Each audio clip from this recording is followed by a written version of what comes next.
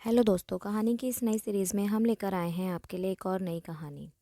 दोस्तों, अगर अभी तक आपने हमारा चैनल सब्सक्राइब नहीं किया है तो प्लीज़ सब्सक्राइब कर लीजिए। मैं दिल्ली में रहती हूँ। मेरा नाम कोमल है। आज मैं अपनी कहानी आपको सुनाने जा रही हूँ। मेरी उम्र 29 साल है। मैं खूबसूरत और जवान औरत हूँ।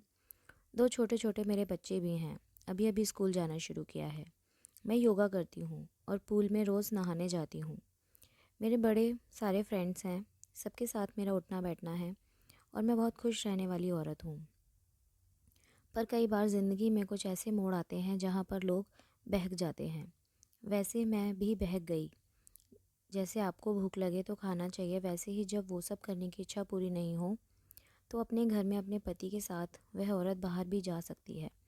क्योंकि आजकल ज़माना बदल गया है। पहले का ज़माना कुछ और था। जैसा पति मिला उसी के साथ ज़िंदगी काट लेती थी औरतें। पर अब ऐसा नहीं है। अब बाहर निकल के अपने जिस्म की गर्मी अपने मनपसंद आदमी के साथ वो सब करके शांत करते हैं। वैसे ही मैं भी कर रही हूँ। मैं भी किसी से प्यार में पड़ गई हूँ। मेरा एक दोस्त है, ज्योति। ज्योति का हस्बैंड बहुत ही सेक्सी और हॉट आदमी है। मेरे से वह थोड़े बड़े हैं।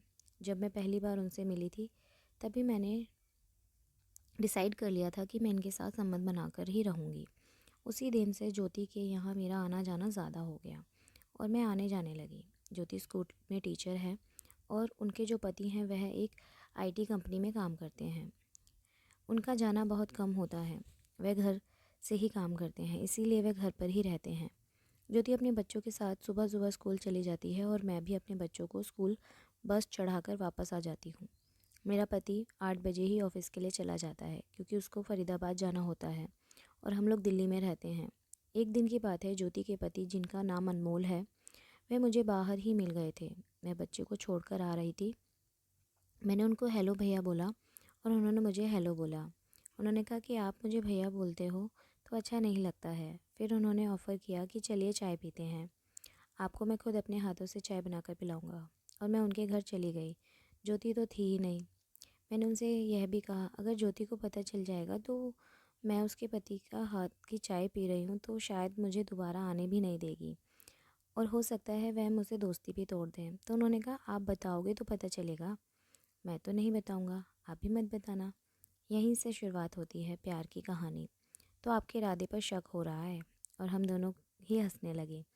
मैं तो पहले से ही उनको पसंद करती थी, इस वजह से किसी न किसी को आगे बढ़ना था। मुझे लगा कि अगर कहीं आज मौका मिला और वह भी ख़राब हो गया तो गड़बड़ हो जाएगा। इस वजह से मैं थोड़ा आगे बढ़ गई। मैंने उनको साफ साफ कह दिया कि मैं तो आगे बढ़ने के लिए तैयार हूँ, अब आप अपना देख लो। उन्होंने कहा, मैं भी तो इसी इंतज़ार में हूँ कि आप थोड़ा आगे बढ़ें। तो मैं थोड़ा आगे बढ़ी और ऐसा ही हुआ। हम दोनों थोड़ा थोड़ा आगे बढ़े और एक दूसरे की बाहों में आ गए। मैंने कहा, पहले चाय तो पी लेते हैं। उन्होंने कहा, चाय बाद में पी लेंगे, पहले दूध तो पी लें।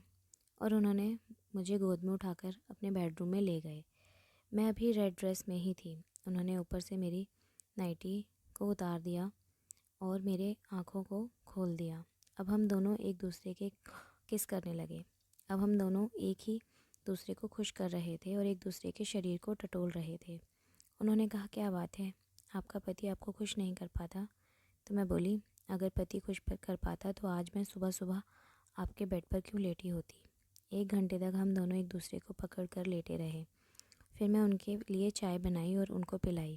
उस दिन के बाद से जब ज्योति स्कूल चली जाती और मेरा पति ऑफिस चला जाता तो उसके बाद हम दोनों एक दूसरे को खुश करते हैं। अब तो ऐसा लगता है कि वह मेरे पति रहे और मैं उनकी पत्नी। तो दोस्तों, ये कहानी आपको कैसी लगी हमें कमेंट करके ज़रूर बताएं और हमारे इस चैनल को सब्सक्राइब ज़रूर करें और इस कहानी को अपने दोस्तों के साथ शेयर ज़रूर करें। धन्यवाद।